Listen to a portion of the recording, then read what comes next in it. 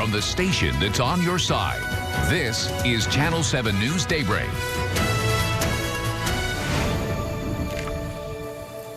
With all the coverage this past week concerning NFL's Damar Hamlin, it's causing many to realize the importance of an AED and how it can save your life. Joining us this morning to help educate us is Baptist Health cardiologist Dr. Scott Davis. Good morning, Dr. Good morning. Davis. How are you? Always a pleasure seeing you. Good to see you. Here bright and early. Got some rest? Yeah, that's right. Quality. So I guess, yes, the first question many people want to know, what is an AED and how important is it? All right, let's take a step back. So Damar Hamlin's doing well. Yes. For all those that saw the incident on Monday Night Football a week ago, he collapsed on the field. What he had was ventricular fibrillation. Your heart, same size as your fist, sits right here in your chest, below your breastbone, and it squeezes like a billows. So ventricular fibrillation is when it just almost nearly vibrates. So his heart quit pumping blood, but it didn't stop with the electrical signal. He was able to be resuscitated by first responders with an AED, an automatic external defibrillator. Now, what does that mean? It is a device that then is placed on the chest that then immediately reads the heart rhythm and immediately sees this ventricular fibrillation and then shocks it back into a normal rhythm to restore then the normal pumping function of the heart.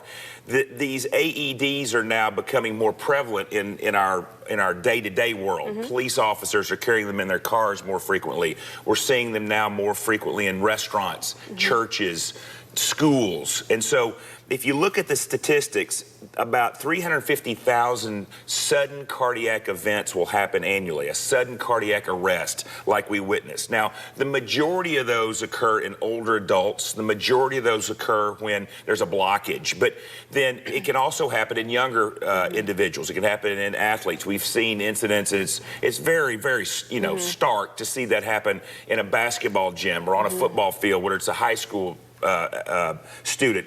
That is a very small percentage. I mean, a very small percentage, like 2% of the overall number of 350,000. But learning how to use these devices is important. First question is, how do I use it?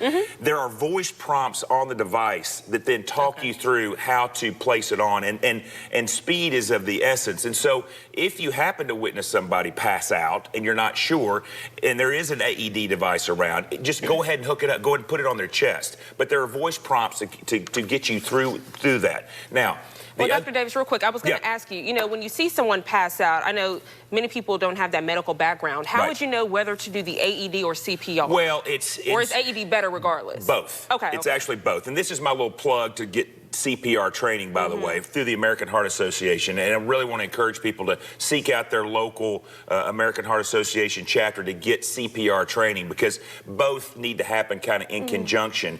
But you do things like, can you feel a pulse? Are they even responsive at all? I mean, you do the preliminary check that you'll learn in a CPR class. And then if they're not responsive, if they don't have a pulse, then you would initiate the AED device. Got you. So anyone can use the AED. You don't need a certified training as you would with CPR. That's correct. And so it is important to get CPR, and learning the AED device, the mechanics of it would go hand in hand with each other. All right. Thank you so much for joining us this morning, Dr. Davis. As always, and you can contact Baptist Health by going to baptist-health.com or calling the Baptist Health Helpline at 1-888-BAPTIST.